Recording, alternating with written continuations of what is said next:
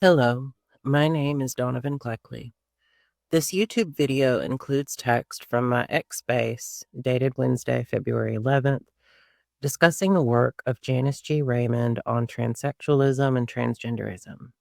It is session 2 of a small planned series of readings and discussions of Raymond's 1979 book, The Transsexual Empire, The Making of the She-Male, and her 2021 follow-up titled Doublethink, A Feminist Challenge to Transgenderism. This session discusses Chapter 1 from the Transsexual Empire, titled Everything You Always Wanted to Know About Transsexualism, in quotation marks, and Chapter 2 from Doublethink, titled The Rapid Rollout of Transgenderism, How Did It Happen? Both interestingly discussing men's fetishization of women. I've chosen to pair chapters of Raymond's Transsexual Empire in order with differing chapters from Doublethink that correspond with similar themes. After the X space on February 11th, I was a bit sick, so my voice was in some recovery to avoid recording commentary in poor quality. Plus, on February 28th, I presented a paper discussing the French novelist Colette and radical feminist Andrea Dworkin, an opportunity that I enjoyed. I will see about getting text from that presentation up with some audio in the coming days as a break from the present book series discussing Raymond's Transsexual Empire and Doublethink. Meanwhile, I have been unhappy with the social media suppression, especially on platforms like X, where I may as well be writing letters to a fireplace. It is not a memory hole in the truest sense of nothingness, as in Orwell's novel, but shadow banning functions to isolate writers and diminish voices, social conditions that smash intelligence to pieces. My experience on X has been that it does not prove useful unless one generates the intellectual equivalent of junk food as content, which excludes serious political analysis.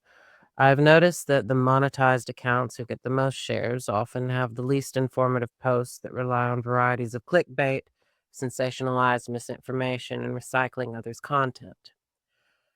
For this session about the Transsexual Empire and Doublethink, I have reduced the length with a sharper focus on a few key points from the chapters and some commentary rather than attempting more of a comprehensive review. This session and later ones will follow a similar format to emphasize certain passages and lessen the overall time spent covering everything. Because I did a lot of editing on the text for this one, and including some additions, I'm planning to do most of the talks recorded without being X spaces. I may plan spaces to do some broader discussions of material, but I think the effort put into spaces can be more strategically applied to recording audio versions of some written content. Thank you all so much for listening. This chapter in Raymond's Transsexual Empire, humorously titled Everything You Always Wanted to Know About Transsexualism, in quotation marks, covers some information regarding transsexualism, some now more widely recognizable. Modern sex conversion surgery, she explains, dates back to the early 1930s. Hormonal and surgical techniques remained in development, not widely publicized until the early 1950s. When the New York Daily News ran a front page story with the headline, XGI Becomes Blonde Beauty on December 1st, 1952, George/Christine Jorgensen's widely publicized case inspired men's initial demands for sex change in the United States. Sensationalized media coverage followed Jorgensen's return from Denmark, where he underwent surgical interventions to modify his male body into a simulacrum of femaleness, made by male surgeons for their male patient. Men saw this ordinary-looking XGI become his own so-called blonde beauty, and they figured they could become the women of their own fantasies. Achieving widespread publicity into 1953, Jorgensen's case demonstrates how the marketing of trans ideology in the media began much earlier than often acknowledged. Transsexualism's early support came from German-American sexologist Harry Benjamin. known as the father of transsexualism, who did the pioneering study of transsexualism in his 1966 Transsexual Phenomenon. The Erickson Educational Foundation, the EEF, and Johns Hopkins University were significant in transsexualism's early institutional support. Reed Erickson was a wealthy female philanthropist, a trans-identified female, who funded the EEF, which had an office in Manhattan from 1967 to 1976. In her interviews for the Transsexual Empire, Raymond spoke with EEF Associate Director Zelda R. Suplee. We will be talking some about Suplee and her responses to Raymond's questions. An interesting fact about the EEF is that its decline had to do with Erickson's own continuing problems with drug addiction during the 1970s. She eventually fled to Mexico in 1983 following her arrest for possession of cocaine. Erickson's drug addiction persisted despite her wealth that funded not only her social and medical transition, but also resources for others desiring similar medicalization. From 1964 until 1977, Erickson's foundation was active, briefly reviving between 1981 and 1984 until permanently closing. It was not a consistent source of financial support for what was, at the time, so-called transsexual rights activism. When the EEF ended most of its operations in 1976, Suplee closed her New York office and relocated to Galveston, Texas, where she then directed the Janice Information Facility, which was a referral service for transsexual patients. It was affiliated with the University of Texas Medical Branch, directed by Dr. Paul A. Walker, a gay male sexologist who later died of complications from HIV/AIDS. Walker was the founding president of the Harry Benjamin International Gender Dysphoria Association, HBIGDA, in 1979, rebranded to the World Professional Association for Transgender Health, WPATH, in 2011. As Raymond discusses, transsexualism originated as a popular medical term into the early 1950s, when the U.S. sexologist D.O. Caldwell, in a 1949 issue of Sexology, used it to describe the case of a young woman who desired to be male. Raymond does not give us more information about the case other than saying that Caldwell used quote-unquote psychopathia transsexualis, quote, to classify a girl whom he described as obsessively wanting to be a boy, end quote. When I read his report, I noticed that Caldwell described a young woman who had turned 18, coming from a difficult family background, who liked other women and disliked wearing feminine attire. He refers to her as Earl, not her name, but, he explains, is like hers in that it is frequently borne by members of both sexes. Interestingly, Caldwell strongly opposed Earl's desire that he find her a surgeon to remove her breasts and her ovaries, surgically close her vagina, and, quote, create for her an artificial penis, end quote. Even though she was of legal age, he considered it criminal to do so. How others saw her was her obsession, loving to be seen as male and immensely happy once when mistakenly called Sir. Earl did not like working, but remained economically dependent on her family, despite her family not being wealthy enough to support her. Caldwell notes there was an expression of death wishes that annoyed him and his wife. Presumably, the Earl talked regularly of suicidal ideation to draw sympathy. Later, we will return to Earl's case for more in-depth analysis, but it presents a significant difference from cases like George/Christine Jorgensen's and those of married heterosexual males like James/Jan Morris. I note the case here because it reaffirms Raymond's analysis in Transsexual Empire and foreshadows later developments that she discusses in Doublethink. Following Caldwell's 1949 report, Harry Benjamin, who met the German Jewish sexologist Magnus Hirschfeld in about 1906 or 1907, used transsexualism during a 1953 lecture to the New York Academy of Medicine.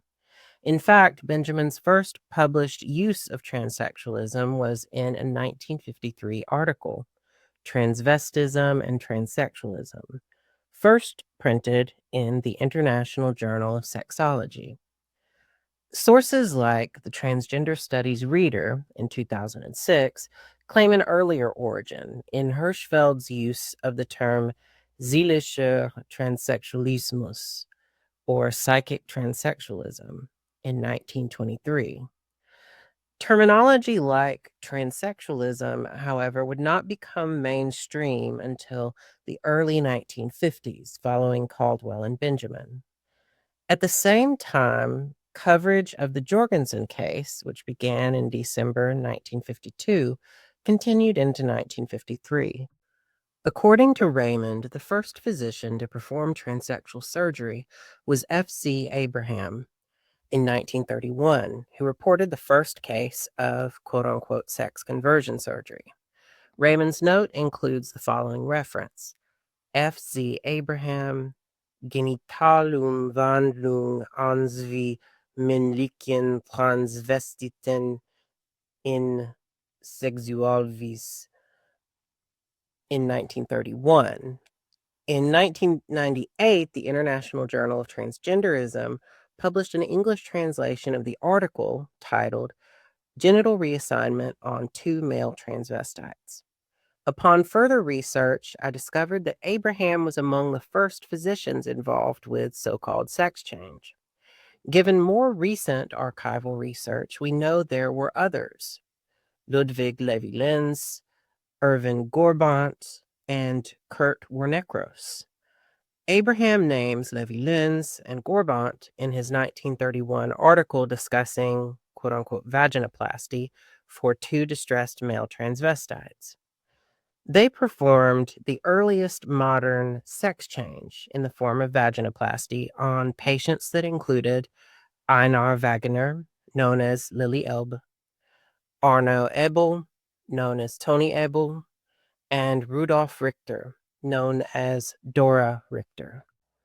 Referenced by Raymond, Abraham's article mentions Richter and Ebel in the two initial cases, but not Wegener. Yet we know Wegener's surgeries occurred in 1931, the same year he died from complications. Weeks after Gorbant performed vaginoplasty on Richter, Wernekros performed a fifth surgery on Wegener on June 17, 1931, involving a vaginoplasty and uterus transplant, which led to organ rejection, infection, and death from cardiac arrest on September 13, 1931. Gorbant's role in Wegener's transition was the removal of his testicles when Wegener was at Hirschfeld's Institute in Berlin in 1930. In Richter's case, Gorbant performed the orchiectomy in 1922 in his collaboration with Hirschfeld's Institute. With the assistance of Levi-Lenz in 1931, he also performed the penectomy and vaginoplasty on Richter. After performing these pioneering transsexual operations on patients in the 1920s and early 1930s, Gorbant became a high-ranking medical authority under the Nazi regime by the late 1930s. He was involved with subjecting prisoners in the Dachau concentration camp to freezing experiments, with findings published in 1945. Interestingly, Hirschfeld and Levi-Lenz, Gorbant's former colleagues at Hirschfeld's Institute, were both Jewish, despite their early involvement with a man who became a prominent Nazi figure after pioneering sex change. Later in the Transsexual Empire, Raymond notes the connection to Nazi medical experimentation, including a case of a 13-year-old boy whom the scientist of Auschwitz subjected to sex change. However, she does not name Gorbant, as the documentation was not as readily accessible in the 1970s, typically not translated from the original German. There is now a more complex and complete picture featuring this pioneer of sex change collaborating with Hirschfeld, a Jewish gay man, in the early 1930s, and then becoming a prominent Nazi by the late 1930s. In his transsexual phenomenon, Harry Benjamin, who visited Hirschfeld from the early 1900s into the early 1930s, suggested that prominent Nazis were among Hirschfeld's patients treated for sexual abnormalities. On the Nazi destruction of Hirschfeld's clinic, he said, quote, "The Institute's confidential files were said to have contained too many data on prominent Nazis, former patients of Hirschfeld, to allow the constant threat of discovery to persist." End quote. Anti-Semites scapegoated Hirschfeld, both Jewish and homosexual, for their hidden sexual perversions, projecting their pornography and their repressed desires. If Benjamin was right that prominent Nazis were Hirschfeld's patients, then the narrative becomes complicated. To no surprise, the Nazis were not pure, as they insisted, but as impure as their anti-Semitic caricatures of the Jews. Contemporary fixation on Hirschfeld's Jewishness and homosexuality demonstrates more of the same psychosis. From 1931 to 1952, as Raymond notes, medical experimentation occurred primarily in Germany and Switzerland, developing the modern surgical and hormonal treatments euphemized as sex change. She notes that Jorgensen's surgeon, Christian Hamburger, a Danish endocrinologist, quote, seems to have been the first to make use of hormonal castration and to follow up on his patients, end quote. Far less known than fellow German-American endocrinologist Harry Benjamin, Hamburger is responsible for the development of the modern clinical approach for surgical and hormonal treatments for transsexualism and transgenderism. In his 2013 biography of Christine Jorgensen, Richard F. Doctor discusses how Hamburger, quote, gained considerable professional stature and recognition for his exceptional leadership in the Jorgensen case, and that he was proud of his pioneering work, end quote. End quote. He is seldom credited with being the inventor of the modern protocol for transsexualism, but he was, end quote. In fact, Jorgensen, whose birth name was George, chose Christine in honor of the man who performed his sex change, Christian. Following the early experiments at Hirschfeld's Institute on Wegener and Richter, it seems worth emphasizing that we lack a record of medical professionals doing extensive follow-up studies on their patients. There were about 2 decades of surgical attempts with relative lack of care over whether or not the patients were physically and mentally stable in the long term following these experimental surgeries. By the late 1950s in New York, Harry Benjamin used funding from Erickson Educational Foundation, EEF grants, for treating so-called transsexual patients, culminating in his book-length study published as The Transsexual Phenomenon in 1966. Raymond notes that Benjamin, as the father of transsexualism, is the key figure in the U.S. who gave transsexualism psychiatric and medical legitimacy. Over a decade before H-Bigda came into existence in 1979, with its rebrand to WPATH in 2011, Erickson's foundation provided funding for the Harry Benjamin Foundation in 1964. It brought together more professionals to do more research, which included pre- and post-operative evaluations. Initial funding came from Erickson and the EEF, which had a vested interest in research showcasing the positive effects of surgical and hormonal interventions for patients desiring sex conversion. From the beginning, there was a financial incentive from Erickson to generate positive research about this medical experimentation and disincentivize concerns about transsexualism and patient outcomes. Following these developments into the 1960s, the Johns Hopkins Gender Identity Clinic opened on November 21st, 1966, co-founded by New Zealand American sexologist John Money, and French pediatric endocrinologist Claude Mijon. It was the first U.S. academic center that provided surgical and hormonal interventions in sex reassignment, now euphemized as gender affirmation. It closed in 1979 and later reopened as the Center for Transgender and Gender Expansive Health in 2017. After Johns Hopkins began its gender identity program, as Raymond notes, other university hospitals began providing these services for those desiring sex conversion. Raymond tells us, quote, of all persons who have been engaged in this work at Johns Hopkins, John Money, now professor of medical psychology and pediatrics at the Johns Hopkins Hospital, has been the foremost publicist of the transsexual phenomenon, end quote. While Hirschfeld's institute was significant from its founding in 1919 until the early 1930s, transsexualism owes more to later sexologists who publicized it and profited on it for their professional careers, Harry Benjamin and John Money. Benjamin and Money contributed to the development of transsexualism's medical rationale that supported its legal dominion. As the medical and legal infrastructure did not begin in the 1980s and 1990s.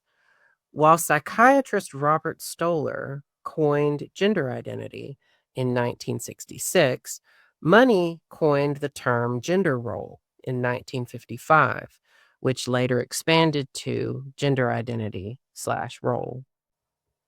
Since the publication of Raymond's Transsexual Empire in 1979, we know the patient cohort has transitioned from primarily male and older or middle-aged to female and younger, typically girls or young women. This statistical flip from adult male transvestites, a significant number of perceivably homosexual males, to teenage girls can lead to the false assumption that it has always been this way. Here's a passage from Raymond's Transsexual Empire where she discusses the early sex ratios for women versus men desiring sex change. Quote, while it is clear that more men than women request and obtain sex conversion surgery, various ratios have been cited by researchers. The lowest ratio of women to men, 1 to 8, was reported by Benjamin in 1966. This was based on his own clinical experience with 152 cases of male transsexualism and 20 cases of female transsexualism. The highest ratio, 1 to 2, was reported by John Randall in 1959. Most reports fall in between these two. According to international medical literature, the generally accepted ratio is 1 to 3 or 1 to 4. Recently, it has been claimed that the incidence of female to constructed male transsexualism is rising. Canon Clinton Jones of the Hartford Gender Identity Clinic and Dr. John Money of Johns Hopkins both mentioned this increase to me in personal interviews with them. Both said that they had seen, during the early 70s, almost as many women as men seeking surgery. However, the number of operations performed on men is still substantially higher. It is significant that this supposed increase has not been verified in print, with the exception of a somewhat vague reference made by Dr. Anka Earhart in a commentary on the article Transsexualism and Surgical Procedures, in which she states, more and more females appear in doctors' offices and seek hormone and surgical treatment. What actual number, more and more, specifically refers to is, of course, anyone's guess. Zelda Suplee stated that from her personal contact with would-be transsexuals, the preponderance is still male to constructed female, end quote. Seen in his transsexual phenomenon, Benjamin's sample featured 20 females and 152 males, a ratio of 1 female for every 8 males. Other ratios were 1 female for every 2 males, and in the literature more generally, 1 to 3 or 1 to 4, based on the peer-reviewed research into the 1970s that reported these ratios. Even measured at 2 males for every 1 female, the ratio would indicate that male-identified sexual ideology, overwhelmingly influenced transsexualism's development from the professionals to the patients.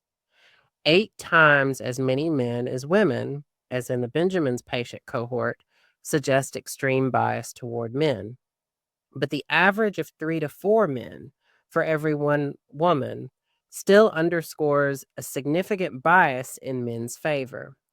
Raymond's detractors have claimed that she overlooked females in 1979, but the truth is the phenomenon was male-dominated from the 1950s into the 1970s.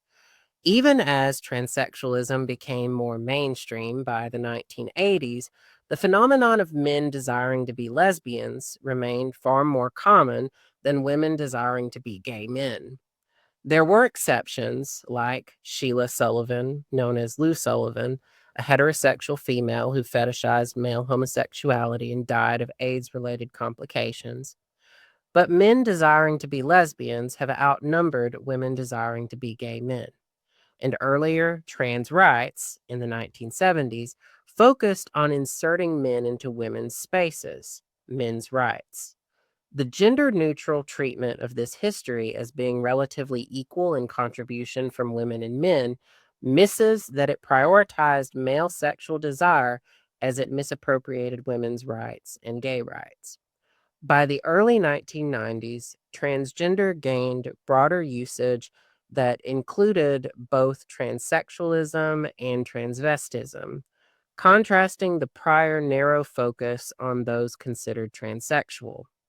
This umbrella term included transvestites, any purported gender nonconformity, including the male transvestic fetishist who married women and later declared themselves lesbians.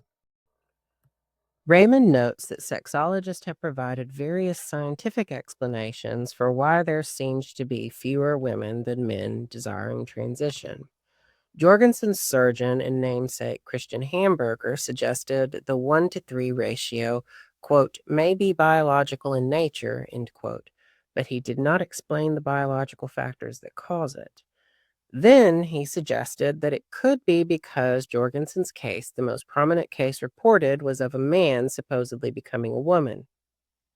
Since men saw how male professionals made a man into a so-called woman, they wanted these same male professionals to manufacture a so-called womanhood of man's own.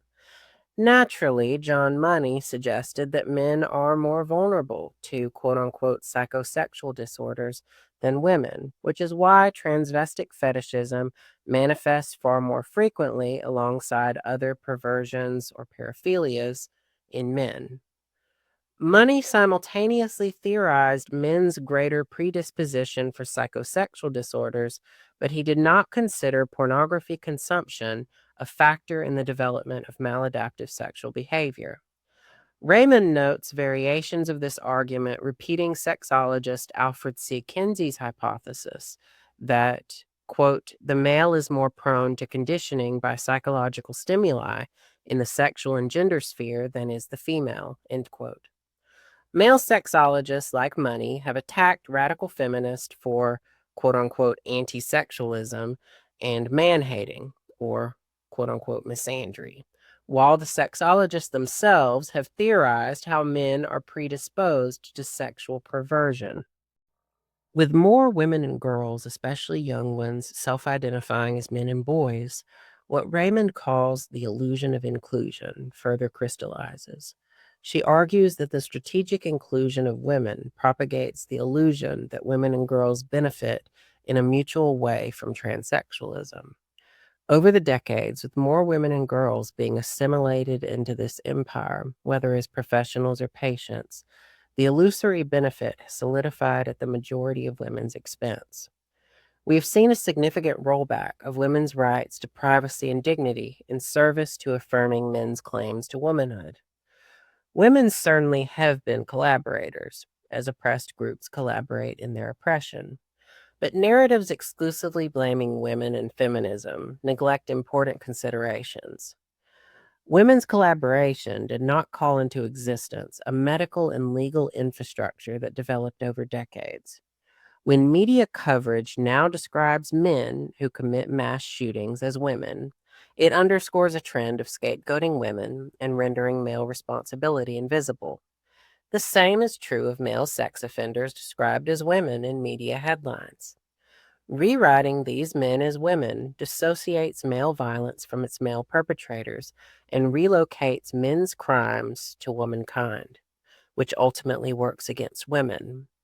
The illusion of inclusion has been a terrible lie for women to the advantage of men who manipulate the ignorance of the masses, in this case, of the banality of evil, referencing Hannah Arendt.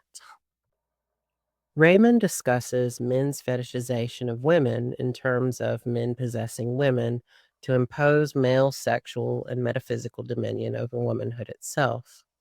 Quote, in a very real sense, the male deconstructed female transsexual not only wants female biological capacities, but wants to become the biological female, end quote. Men have been socialized to fetishize and objectify women, Raymond argues, which relates to how they fetishize and objectify their own bodies as so-called female bodies after surgeries and hormones. That women exist as fetishized body parts in pornography is not unrelated to men purchasing breasts and vaginas of their own to actualize their sexual and metaphysical claim to womanhood. As Raymond writes, quote, male to constructed female transsexualism is only one more relatively recent variation on this theme where the female genitalia are completely separated from the biological woman and through surgery come to be dominated by incorporation into the biological man. Transsexualism is thus the ultimate, and we might even say the logical, conclusion of male possession of women in a patriarchal society. Literally, men here possess women, end quote. Unserious readers make the error of assuming Raymond's title, Transsexual Empire, intended to convey a plot for men to replace women. But she referred to a system that reified sex role stereotyping and extended men's social control over women. This new method of dominion over women has led at least some men to believe they can become superior women over nature's supposedly defective original woman. Where it seems men far more readily access womanhood on the basis of self-identification, surgery or not, the same has not been true of women accessing manhood with ease. Raymond's use of the concept, quote, men possessing women, in 1979 predates Andrea Dworkin's use in the subtitle to her 1981 book, Pornography Men Possessing Women. In fact, Raymond critiqued Dworkin in 1977 over her uncritical view of transsexualism in Dworkin's 1974 book, Woman Hating, A Radical Look at Sexuality. Although we will be discussing it more, following Raymond's critique, Dworkin endorsed Raymond's 1979 book. In The Transsexual Empire and Pornography, Raymond and Dworkin critique men's fetishism of women, especially lesbians, as manifested in both transsexualism and pornography. A less discussed part in Raymond's Transsexual Empire is her note on the removal of the ovaries being, quote, used to tame deviant women during the 19th and early 20th century rash of sexual surgery, end quote. She explains that this procedure, known as the ovariotomy or the oophorectomy, was a form of female castration soon replaced with hysterectomy. Quote, if one regards the female to constructed male as a potential deviant, as a potential lesbian and woman-identified woman, Raymond argues, the comparison between these castrated women and female to constructed male transsexuals is significant, end quote. Prior to transsexualism into the 1900s, men did not have their testicles removed in the same way that women had their ovaries removed for diagnoses like hysteria during the late 1800s into the early 1900s. I wrote about some of this history in a piece titled Beatty's Operation and Medical Violence as Life-Saving Medicine in January 2024. Even though Raymond's hecklers dismiss her for not more extensively discussing women transitioning, despite men being most cases by 1979, this chapter actually discusses long-term effects of androgen therapy on women who stop hormone treatment. For instance, she notes the mostly irreversible effects on women's voices, the development of facial hair, and the surgical and hormonal interventions that both women and men undergo. Transsexualism, Raymond argues, deprives women and men of their bodily integrity. Quote, as the penis is a constant reminder to the male transsexual of his rejected male body, so are breast and menstruation to the female, end quote. Self-actualization by surgery only makes one more imprisoned within the body. For such medical intervention never enables transcendence from the reconfigured body. Raymond concludes by noting that the medical and psychiatric literature of the 1960s and 1970s focused on two areas: prenatal critical hormonal factors and family influences on individual psychosocial development. Both the biological and the psychosocial explanations, she argues, neglect sex role stereotyping in a patriarchal society and the social problems that it causes, including transsexualism itself. Sexologist John Money and psychiatrist Robert Stoller produced scientific explanations for transsexualism that happen to blame the mother for the conditioning of transsexual development at either the biological or the psychosocial level. Raymond critiques these scientific theories in later chapters, as we will see. And that was chapter 1 of the Transsexual Empire, titled Everything You Always Wanted to Know About Transsexualism. I chose chapter 2 of Doublethink, which is titled The Rapid Rollout of Transgenderism, How Did It Happen?, to pair with chapter 1 of the Transsexual Empire because of corresponding themes and content, particularly Raymond's discussion of men fetishizing women. When I looked back at the transcript from the X space, I saw that the section for Doublethink could have been shortened to emphasize a few key ideas. I decided to do a separate recording here to reduce the length and focus on important concepts in that chapter. Chapter 2 in Raymond's Doublethink, titled The Rapid Rollout of Transgenderism, How Did It Happen?, begins with discussing the institutional capture and stifling of debate that have become common, followed by the framing of gender-affirming care for children as emergency health care. This section covers issues like the making of the transgender child, the suicide threat, and pornography's role in men's fetishization of women. I will be highlighting work from Josephine Bartosh, Max Robinson, Genevieve Gluck, Alex Dobkin, and Germaine Greer as they appear in Raymond's chapter.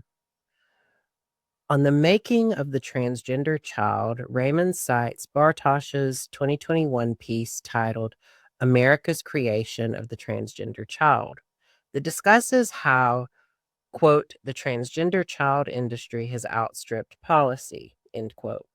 Raymond references the piece to discuss the difference between the strikingly more profit-oriented approach in the US versus the UK. Quote, the obvious difference is that in the United States, healthcare is dominated by the private sector who have an obvious motive to promote drugs and surgeries, end quote. Bartosh's piece also importantly notes the shift from transsexual to transgender, which, quote, desexed what had previously been considered an adult psychosexual disorder, end quote. Whereas talk of transsexual children would cause discomfort, transgender makes it suddenly palatable and, like in I Am Jazz, a mass consumable. Bartosh has a recent book titled Pornocracy co-authored with Robert Jessel, which I will be planning to review perhaps as a break from discussing the Transsexual Empire. In the section discussing the suicide threat, Raymond cites Max Robinson's 2021 book, Detransition, Beyond Before and After, to discuss the narrative of, quote, transition or die miserable sooner or later, end quote. Deriving power from the born this way narrative used for gay rights, the paradoxical born in the wrong body narrative deploys suicidal ideation to force compliance with individual demands. According to Robinson, quote, but it simply isn't true. There is a very simplistic roadmap provided to patients diagnosed with gender dysphoria. The patient is in severe distress, and the medical professional will alleviate that distress through prescribing hormones, performing surgery, or directing the patient to another medical professional who will facilitate these medical interventions, end quote. Raymond writes how, quote, the suicide threat is emotional blackmail that particularly exploits the guilt of parents, end quote, who feel skeptical about quick medicalization for their children. If parents even question puberty blockers or cross-sex hormones, then the prevailing narrative tells them they put their children at risk of suicide, transition, or die. Quote, the clinical message, as Raymond explains, is that waiting or withholding treatment from youth transitioners may increase suicidal thoughts or actual suicides, end quote. Functioning as propaganda, the suicide threat terrorizes parents and skeptical voices who otherwise would express criticism. Dressed in suicide, propaganda suppresses dissent. Importantly, Raymond notes how the gender industry significantly intersects with the sex industry, an observation that connects to her earlier analysis in 1979. Here, Raymond cites Genevieve Gluck's work analyzing how pornography has influenced men's desire to possess womanhood. Raymond quotes Gluck on the genre of pornography known as sissy porn. Quote, the pornography typically involves men wearing lingerie and engaged in forced feminization, eroticizing the illusion of being made to become women through dress, makeup, and sexual submissiveness, and the fetishizing of the humiliation this brings, end quote. This analysis emphasizes the way in which pornography, in particular sissy porn, socializes male sexuality toward a fantasy of being female built on dissociation from the self. With intoxicating effects, pornography facilitates escapes from selfhood. Gluck and I discussed transgenderism and objectification in a previous talk we did in 2022. Among her insights, she had said, quote, pornography plays a big role in that it was women first whose bodies were being modified for sexual purposes, for the sexual pleasure of men, end quote. Further research since 2021 has confirmed what Raymond and Gluck have known. Pornography has been an essential technology in transgenderism's propagation. Gluck is a co-founder of Redux, where more of her work can be seen there and via her Substack. Discussing men's appropriation of lesbianism, Raymond cites lesbian feminist Alex Dobkin, who wrote pieces like Love Women or Die, Are We an Endangered Species? About how quote-unquote diversity extended from women, quote, from a variety of racial, ethnic, and class backgrounds, end quote, to men. Here's a passage from Dobkin's piece, part of which Raymond quotes. Quote, in lesbian community, diversity used to be code for the coming together of lesbians from a variety of racial, ethnic, and class backgrounds. But now those labels indicate the inclusion of, you guessed it, nice men, supportive men, curious men, questioning men, X-men, and anyone with a sexual minority credential. In fact, it's getting to the point where anyone who is oppressed for any reason can stake a claim to womanhood, according to those who define woman as victim. End quote. Raymond discusses an interesting possible analysis of cultural appropriation in regard to lesbians as a distinct group with a culture of their own. While many care about cultural appropriation in cases involving Native Americans, men can appropriate womanhood as if women have no identity. Raymond writes that, quote, when men who identify as women claim they are women or lesbians, too many women disregard this appropriation of a female identity, end quote. An interesting part of Raymond's analysis is that she acknowledges women's collaboration in transgenderism and their complicity. She fairly acknowledges women's role while neither scapegoating women and or feminists, nor erasing men's responsibility. Closing the chapter, Raymond cites Germaine Greer's 1999 book, The Whole Woman, the sequel to her 1970 book, The Female Eunuch. According to Greer, quote, women's lack of choosiness about who may be called a woman strengthens the impression that women do not see their sex as quite real and suggests that perhaps they too identify themselves as the not male, the other, any other, end quote. Greer sharply questions women's unfortunate and paradoxical identification with otherness in opposition to their own interests. There is this other line from Greer where she writes, quote, gender identification is never more than approximate, end quote. From transsexualism to transgenderism, many decades now tell us the approximation has been about sex role stereotyping becoming sex itself. Pornography reiterates it. As Raymond has been right on this issue, so has Greer. Watching clips of Greer speaking, I think of how brilliant she has been for so many decades.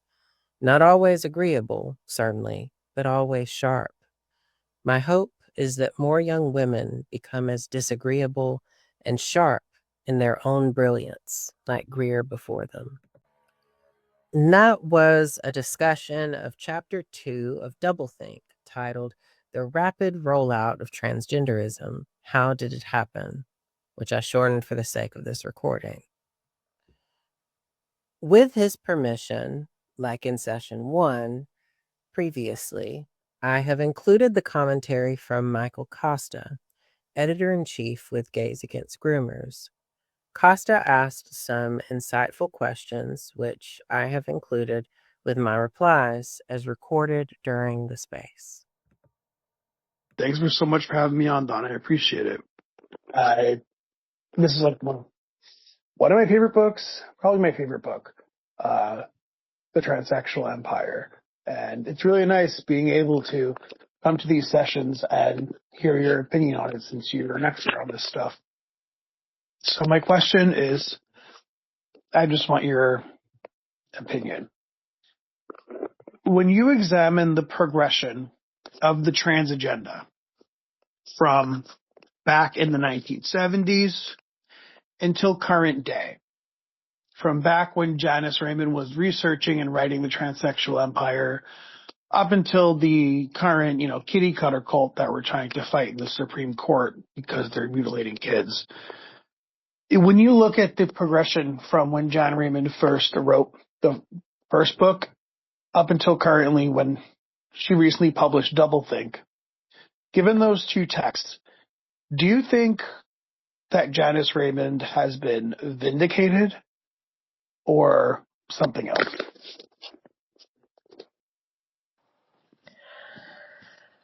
I would say that Raymond's original analysis definitely has been vindicated.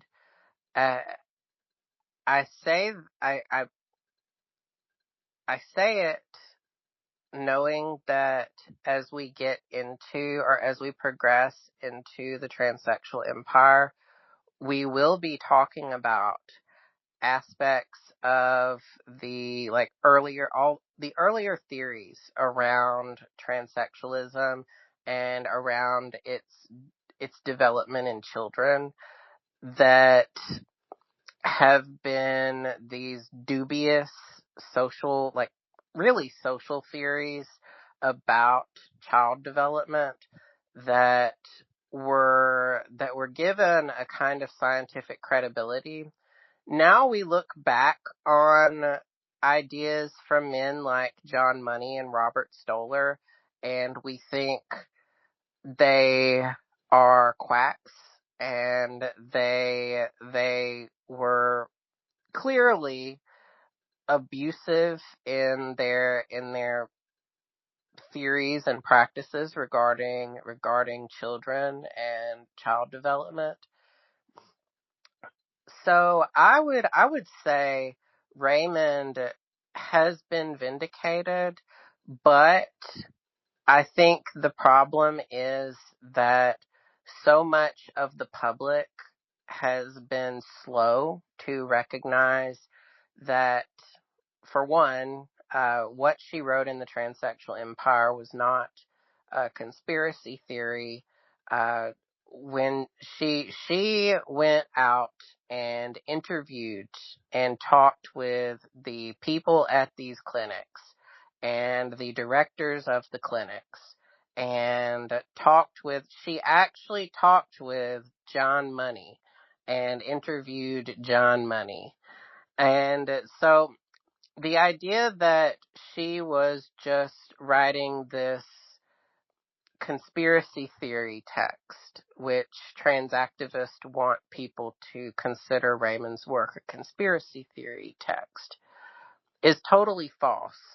Raymond's work was investigative journalism in the appropriate sense of the word, not in the sense of having a blog and lots of opinions, but in the sense of going out and really talking with people involved with these issues and seriously addressing the issues that they raise.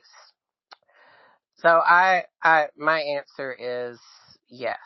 She has been vindicated through the developments in the pushback against transgenderism and in the discoveries about how it has been abusive, but I think she has had the status of many women who have been Cassandras, which is to say they have warned us of the collapse or the destruction that would come, and they found themselves disregarded by much of the society at large. Had the majority of people considered the ideas that she discussed, even without necessarily integrating like the feminist understanding of patriarchy, even without that aspect of the analysis, they could have seen transsexualism was a farce early on. And so even in the absence of the feminist aspects of the analysis, we can still see the problems with transsexualism in Raymond's discussions of the sexologists and in her interviews with the men who were involved with it and the women like Zelda Suplee, who provided responses to Raymond's interview questions. So, yeah. That was a really thorough and great answer. I'm fascinated. Thanks so much, Don. Thank you so much, Michael, and thank you all for joining me again. Thank you all so much for listening. There will be a text version of this talk available on my Substack, link in the description below. Given that I have received some new archival texts, I would like to do shorter videos exploring them. Such talks will be structured differently from recording longer form discussions. If you found value in this session about Janice G. Raymond's work on transsexualism and transgenderism, then please like, subscribe, and share. For any followers who can do a paid subscription or a one-time donation, I appreciate it. It all helps. Again, thank you all so much.